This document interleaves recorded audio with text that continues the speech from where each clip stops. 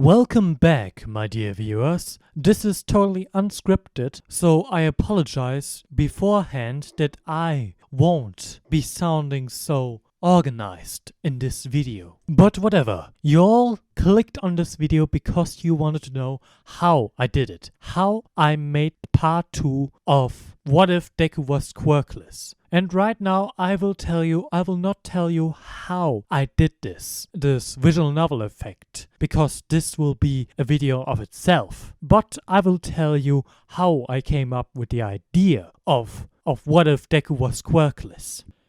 The main idea was actually always there, because you all see what ifs about what if Deku was the son of All Might, what if Deku was the son of Endeavor, what if Deku was OP, what if Deku had the Sharingan, what if. And all of these what ifs, Deku was overpowered. But none of these what ifs had something that had a main character or Deku as a quirkless character. I mean, we got what ifs like, what if Deku was a parkour master or still quirkless or something like this. But most of them, or some of them, were just simple power fantasy. I wanted to try a story where Deku was still in the mindset that he can only achieve greatness when he is powerful and has a certain power by it, which is why he always wants to come out as perfect with his invention, and which is why he decided to come to school with highly dangerous gadgets which aren't secured.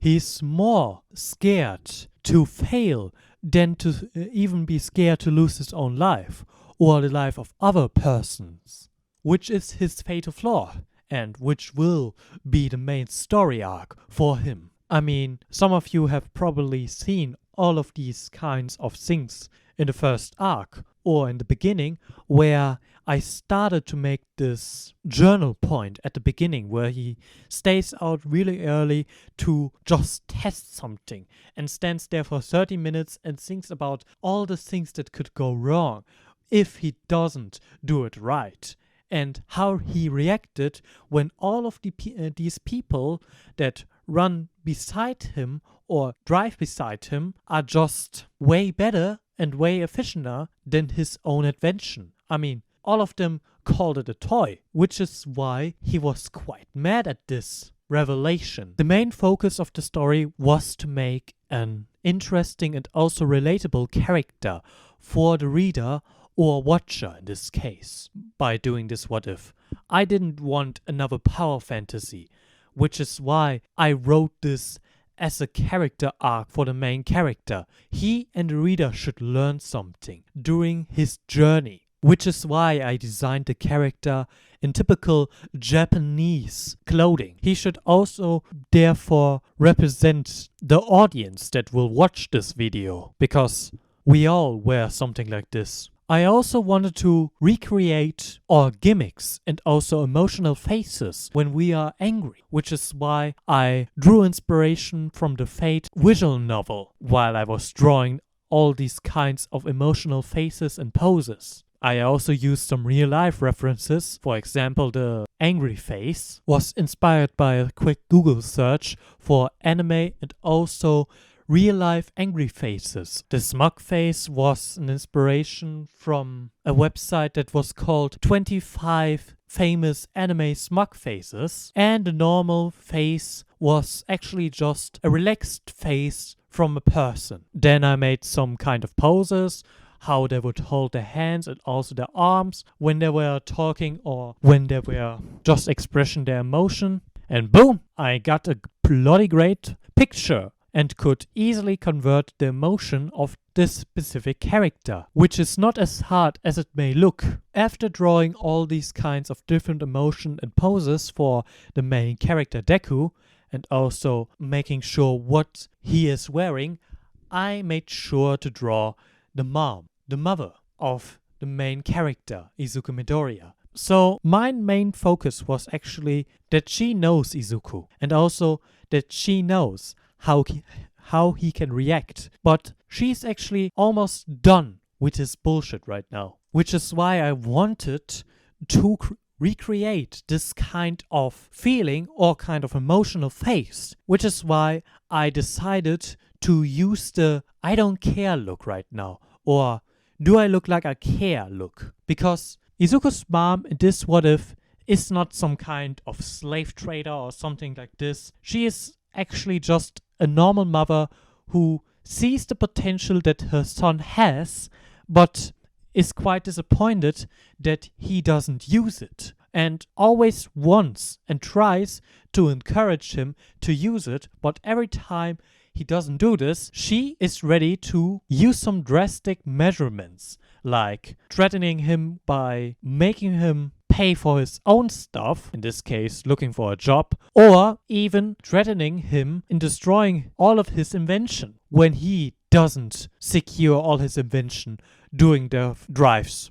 I also wanted to give her the look of a professional and also hard-working woman, which is why I gave her typical Japanese work clothing, because she is a hard-working woman who also needs to raise her own child, which is currently just a person who doesn't believe in himself and really doesn't want to believe in himself. And it is also important to note that she's an alone raising mother. The father left long ago. But this is the only thing I will say about this, because if I would go even further, I would spoil the ghost of Izuku Midoriya, the thing that haunts him and made him materialize the lie that he is now believing. As you can see, a lot of thought was put into this what if, because the main goal of the story is that the main character is undergoing a character arc to overcome the lie that he must be perfect and realize the truth that he just needs to do something instead of waiting and always training to becoming perfect. He needs to achieve something, and this is actually the main goal and also the truth that he needs to realize, which is why the main story will go this route that he must realize this truth. But I will say following: if you are waiting for some power fantasy like he will beat down some criminals right now and he will beat Bakugo in the next episode, I must disappoint you. In the next episode, he will not beat Bakugo. He will fight against him, sure, but he will definitely lose. I don't know how, but the fight scene will be that he will use his gadgets, but they will not work. Or they will work, but they are not good enough to face against Bakugo. But after that, we will have some other characters who will appear, and also Izuku's character development arc will start in the 4th episode. But speaking of gadgets, you may be asking how I came out with the jet boots. Well, it's actually quite simple. I watched a YouTuber named J Laser Video, which developed these kind of jet boots. He built these kinds of turbinen, which will act as fans to thrust roller skate shoes into a certain direction. So these kinds of jet boots that he has on has roller skates on them, meaning these electric fans or turbinen only act to thrust him forward. But I will repeat myself, this wasn't my idea, this was the idea of J Laser Video. I will leave a link to the original video down in the description so that you can look at this. But spoiler alert for the next video, I will also have some other kinds of technology from this dude, from this guy, J Laser Video, mentioning and also using in the next video. So be hyped about this. And now we are coming to the final part of this video, which is the background of this video. So as you may have noticed, the background was not really seeable. The main reason was that I used a blur filter to make sure that all the focus was on the main character and how he reacts to certain situation. I didn't want all of you to be mostly focused of the background. I wanted you to be focused of the main character, but I still wanted you to know where the hell the main character is, which is why I made the blur effect not as much as I intended to do, because you all needed to know where the hell he is. And I think I really did a good job by doing this, because like I said, the main focus was on the character and their different kinds of emotion. But that was it for today. I hope you learned something behind my thought process behind the video, and I hope that you like this kind of video format I did. Maybe if this video is doing great, I will maybe try doing these more often, behind the scene videos. But next time I will write the script, because this is kind of embarrassing, just speaking my mind out without writing a script first. But whatever, I wish you a bloody good day, and I believe in you, so start believing in yourself. Goodbye.